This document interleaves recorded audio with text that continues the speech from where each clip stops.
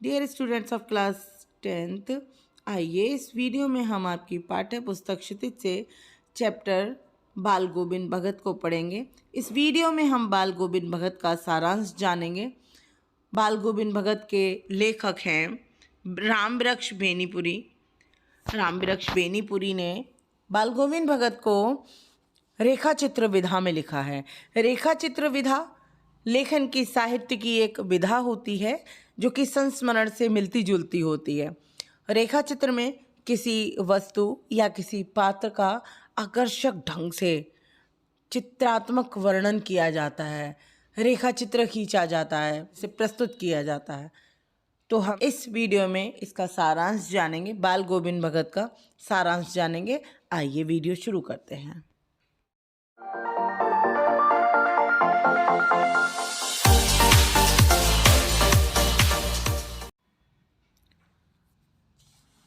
इसमें लेखक लिखता है कि बाल गोविंद भगत मंझोलेकत के गोरे चिट्टे आदमी थे।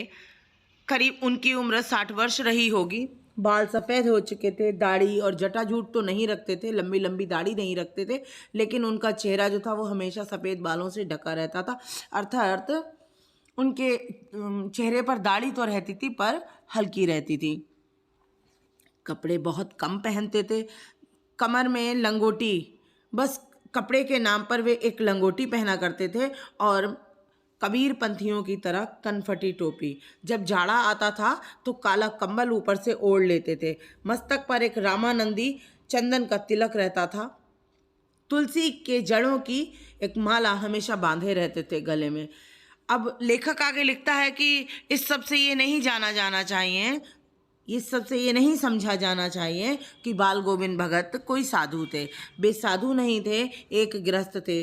लेखक ने उनकी गृहिणी का तो कोई भी परिचय इसमें नहीं दिया है, लेकिन लेखक लिखता है कि उनका एक बेटा और उसकी पत्नी थी। उनके परिवार में, बाल गोविंद भगत के परिवार में उनका बेटा और उसकी पत्नी थी।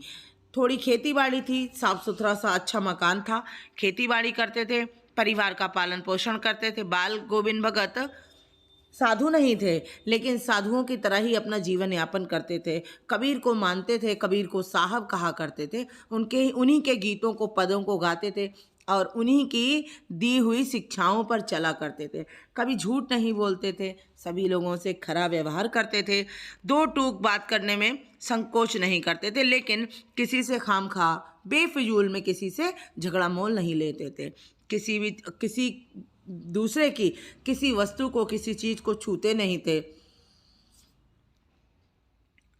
इसके आगे लेखक लिखता है कि उनके खेत में जो भी कुछ पैदा होता था वे सब कुछ सिर पर रखकर कबीर पंथी जो मठ था उनके गांव से, उनके घर से करीब 4 कोस दूर, उनके घर से करीब 4 कोस दूर एक कबीर पंथी मठ था।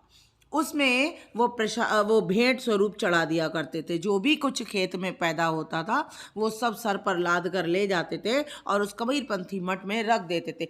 अब वहाँ से उन्हें प्रसाद स्वरूप जो कुछ भी मिलता था उसे ही घर लाते थे और उसी से अपना गुजारा करते थे। आगे लेखक लिखता है कि जो बाल गोविंद भगत थे वे संगीत बहुत पसंद करते थे, वे गाते बहुत अच्छा थे, उनकी आवाज़ बहुत अच्छी थी, उनका संगीत बहुत अच्छा था और वे कबीर के पदों को गाया करते थे, कबीर के गीतों को गाते थे, उनके दोहों को गाया करते थे। उनके गीतों से पूरा गांव मुग्ध हो जाता था। जाड़ा हो, गर्मी हो या बारिश का मौसम हो, कबीरदास के वे गाने गाते रहते थे। इसके बाद में आगे लेखक ने लिखा है जो उनकी संगीत साधना थी, उनकी संगीत साधना का चरम उत्कर्ष उस दिन देखा गया जब उनका बेटा मरा। उनका एक ही बेटा था, कुछ सुस्त और बोदा सा था। इसी कारण से बाल गोविंद भगत उसका ध्यान बहुत रखते थे। उनकी समझ में ऐसे आदमियों पर, ऐसे लोगों पर ही ज़्यादा नज़र रखनी चाहिए और इन्हें ये प्यार और मोहब्बत के, निगरानी और मोहब्बत के ज़्यादा हकदार होते हैं। बड़ी साध से उसकी शादी कराई थी। उनको जो अपनी पुत्र वधू मिली, उस बेटे के लिए जो पत्नी मिली वो बड़ी ही सुभग और सुशील थी। घर में पूरा प्रबंध वही करके रखती थी, उसने पूरा घर संभाल लिया था। उनका बेटा बीमार था, इसकी खबर रखने की लोगों को कहाँ फुर्सत। किंतु मौत तो अपनी ओर सबका ध्यान खींच कर ही रहती है। लेखक लिख रहा है कि जब बाल गोविंद भगत का बेटा मरा तो कौतूहलवश उनके घर सब लोग उसको देखने गए। ऐसे में लेखक भी उनके घर पहुंच गया। लिख रहा है लेखक कि वह ये सब देखकर दंग रह गया। बेटे को बाल गोविंद भगत ने अपने बेटे को आंगन में एक चटाई पर लिटाकर सफेद कपड़े से ढांक रखा था। कुछ फूल तो हमेशा ही रोपते रहते, उन फूलों में कुछ फूल और तुलसी दल उसके ऊपर डाल दिए थे। सिरहाने एक चिराग जला रखा था। उसके सामने जमीन पर आसन जमाए, आसन पर वे बैठकर गीत गाए चले जा रहे थे। वही पुराना स्वर, उसी पुरानी तल्लीनता में। पुत्र वधू रो रही थी। गांव की औरतें उसे चुप कराने की कोशिश कर रही थी, लेकिन बाल गोविंद भगत गाए चले जा रहे थे और गाते गाते कभी कभी अपनी पुत्र वधू के पास भी पहुंच जाते और उससे कहते थे कि रोने का समय नहीं है, ये तो उत्सव मनाने का समय है। आत्मा परमात्मा के पास चली गई है, विरहिणी अपने प्रेमी से जा मिली है। आत्मा को परमात्मा का अंश कहा गया है और इसीलिए यहाँ पर भी वे यही कह रहे हैं जिस प्रकार से कबीरदास जी कहते थे कि आत्मा परमात्मा से अलग हुआ उसका अंश है। तो यहाँ पर बाल गोविंद भगत भी यही कहते हैं कि विरहिणी अपने प्रेमी से जा मिली है। इससे बड़े आनंद की या अर्थात खुशी की और कौन सी बात हो सकती है। लेखक लिख रहा है कि मैं कभी कभी सोचता ये पागल तो नहीं हो गए हैं, किंतु नहीं, वे जो कुछ कह रहे थे उनमें उनका विश्वास बोल रहा था।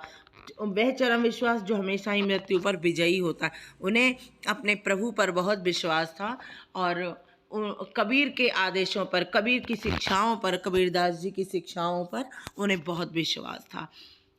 बेटे के क्रियाकर्म को भी बाल गोविंद भगत ने बहुत तूल नहीं दिया। अपनी पुत्र वधू से ही उसे आग दिलवाई और जैसे ही श्राद्ध की अवधि पूरी हुई, पुत्र वधू के भाई को बुलाकर उसके साथ कर दिया और ये आदेश दे दिया कि इसकी दूसरी शादी करा देना। पुत्र वधू जाना नहीं चाहती थी।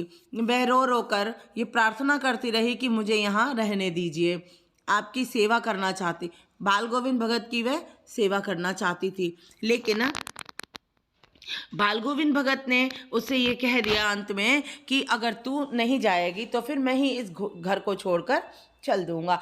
अब इसके आगे वह बेचारी क्या कहती, चुपचाप अपने भाई के साथ चली गई। बाल गोविंद भगत की मौत भी उन्हीं के अनुरूप हुई। हर वर्ष गंगा स्नान करने जाते थे। उनके घर से करीब 30 कोस पर गंगा थी। इस बार भी गए, लौटे तो तबीयत थोड़ी ख़राब थी। खाने पीने के बाद तबीयत नहीं सुधरी, फिर बुखार आने लगा। नियम व्रत लेकिन उन्होंने अपना नहीं छोड़ा। एक दिन संध्या के समय उन्होंने गीत गाए। पता नहीं कब जीवन की डोर टूट गई, अर्थात न जाने कब उनके प्राण पखेरु रात में निकल चुके थे। जब सुबह में लोगों ने उनके गीत नहीं सुने, उनके पद नहीं सुने, उनका संगीत नहीं सुना, तब लोगों ने आकर जब देखा तब भी जाने कि बाल गोविंद भगत नहीं रहे, वहाँ केवल उनका पंजर पड़ा है। इस तरह से ये एक बड़ा ही हृदय को झकझोर देने वाला मार्मिक रेखा चित्र है जो, और इसके साथ ही ये चैप्टर समाप्त हो जाता है। आशा करती हूँ आप लोगों को सबको समझ में आया होगा। धन्यवाद। Yeah.